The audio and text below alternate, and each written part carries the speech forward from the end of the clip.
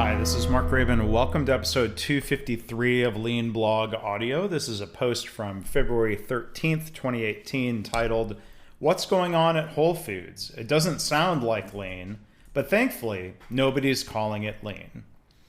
Now, a couple of people have asked me to comment on what's happening at Whole Foods, or I should say, what's reportedly happening. Now, I've shopped a few times recently at the Whole Foods in Colleyville, Texas, and I haven't seen the problems described in the two news articles I'll discuss here, but that doesn't mean the problem isn't there in at least some stores. The first story appeared in January, and if you want to find links to any of these articles, you can go to leanblog.org/audio253. The first headline, and this is from the publication businessinsider.com, says, quote, entire aisles are empty. Whole Foods employees reveal why stores are facing a crisis of food shortages. So the reports say that many stores have a crush of food shortages, as it's described, and this is frustrating customers and employees. Some people jumped to blame Amazon for the problems after they acquired Whole Foods last year, but that seems unfair.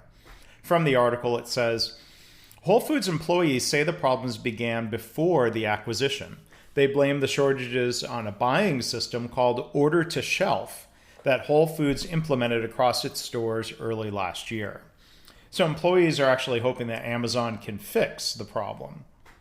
And I think, going back historically, there's actually an interesting lean connection between Toyota and supermarkets. After World War II, Toyota leaders visited the United States and were fascinated by the supermarket, particularly the Piggly Wiggly chain, and I've linked to an article that you can read about that bit of history.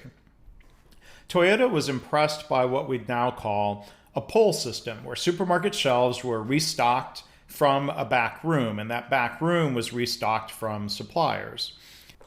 This led to the Kanban card system, and intermediate inventory locations in factories are often called supermarkets, since workers come and pull parts as needed. So it sounds like Whole Foods is trying to bypass the back room and reduce the amount of time employees spend bringing food from the back room out to shelves.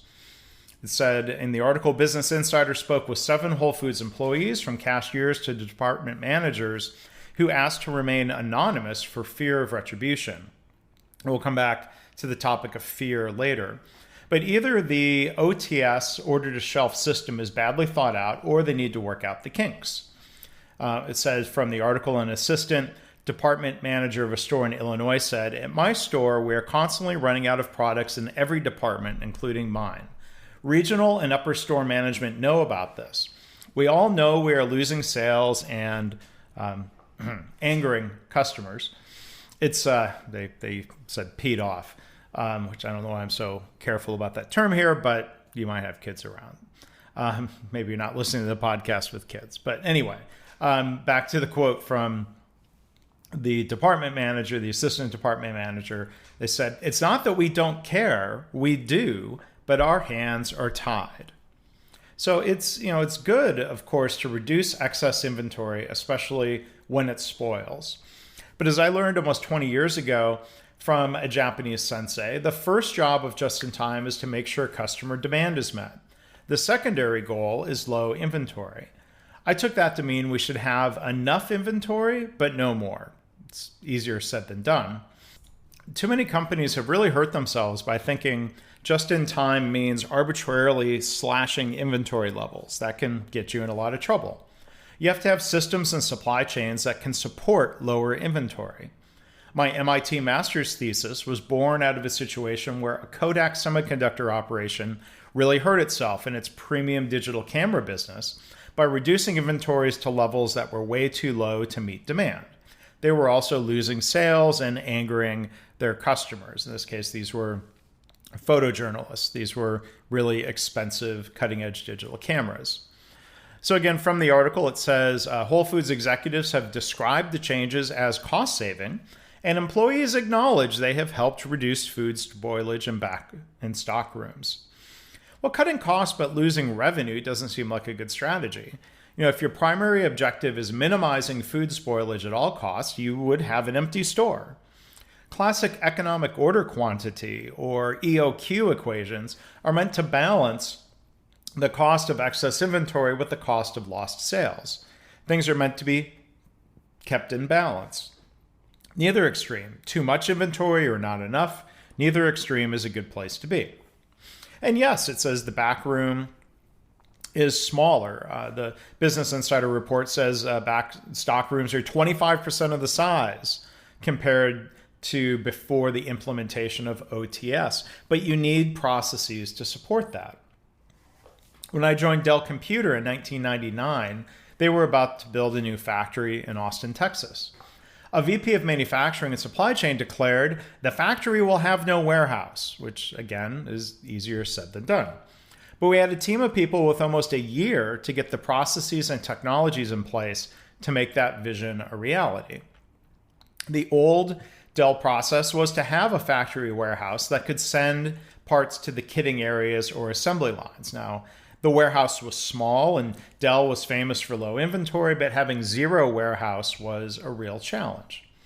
We designed a process we called pull to order, which kind of reminds me in a way of order to shelf, except we all made it work with relatively few hiccups. Parts were pulled from what we call the Supplier Logistics Center, or an SLC. It was a shared warehouse that was just down the road from the plant. Dell basically forced suppliers to keep inventory nearby so it could be pulled every 2 hours based on known and scheduled customer demand. I could write a longer blog post about our work at Dell sometime. And I ended up being named as part of a team on 2 business process patents through that work at Dell with the processes that were designed. And to clarify what I had originally written in the post, the idea of known demand was for those 2-hour schedule periods. Orders were prioritized from the backlog of actual customer orders that were deemed ready to build because all parts were available. From the broader supply chain perspective, material was shipped from suppliers to the SLCs based on forecasts, which was a bigger challenge.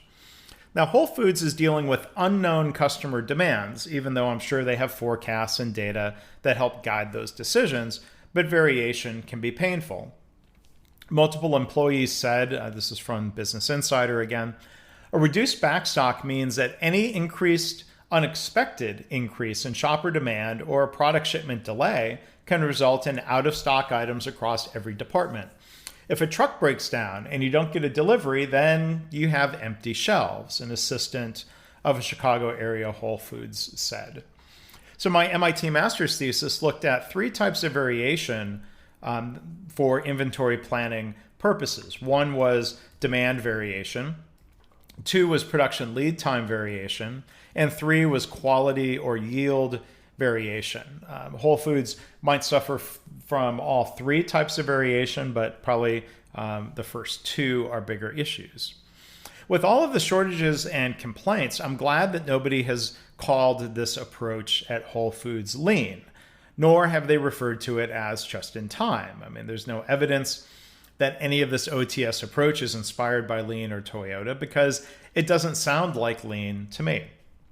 Employees fear that write-ups and what they call a militaristic approach is taken by managers. And I'm glad nobody is calling this a standard work audit because, again, this doesn't sound like lean to me. It says Whole Foods gets stores to comply with OTS by instructing managers to regularly walk through store aisles and storage rooms with checklists to make sure every item is in its right place and there is no excess stock. If anything is amiss or if there is too much inventory in storage, the manager in charge of that area of the store is written up. After 3 write-ups, they can lose their job. So it sounds to me like excess stock and too much inventory aren't the problem.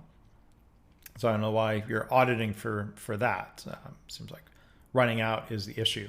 And threatening to fire people isn't the lean approach. Lean leaders design systems that allow people to be successful. And those leaders collaborate to help people improve processes instead of threatening them. So it sounds like there's a big disconnect. Another worker explained, we think of it as punishment. They think of it as a way to correct errors. So there's another article, again from Business Insider, that explains more. The headline there says, Seeing someone cry at work is becoming normal. Employees say Whole Foods is using scorecards to punish them. So things like process checks, audits, scorecards, and metrics should be used for understanding and improving, not punishment. The article says, they say many employees are terrified of losing their jobs under the new system, and that they spend more hours mirrored in OTS-related paperwork than helping customers. And I'm not sure how this helps Whole Foods in the long run. It says, the OTS program is leading to sackings up and down the chain in our region, said an employee of a Georgia Whole Foods. I think they mean firing people, not sacking groceries, if you pardon the pun. It says, we've lost team leaders, store team leaders, executive coordinators, and even a regional vice president. Many of them have left because they consider OTS to be absurd. As an example, store team leaders are required to complete a 108-point checklist for OTS. And if you want to see that audit sheet, that checklist, I've linked to it. Again, you can go to leanblog.org/audio253. Now, it's good for leaders to walk the process and to check and see if standardized work is being followed. But if there appears to be a problem, leaders should be asking why and how can I help, instead of asking who gets in trouble. I hope they can get this fixed. I hope nobody, including the Wall Street Journal, as they tend to do, starts blaming lean or just in time for this situation at Whole Foods. Now, some articles are using the word lean as a synonym for not enough inventory, but that's not what Toyota Lean is all about. And I hope lean or attempts at lean aren't causing problems like this in your hospital or factory. I'd love to hear what you think. If you want to post a comment on any of this, if you have stories or lessons to share, go to leanblog.org/audio253.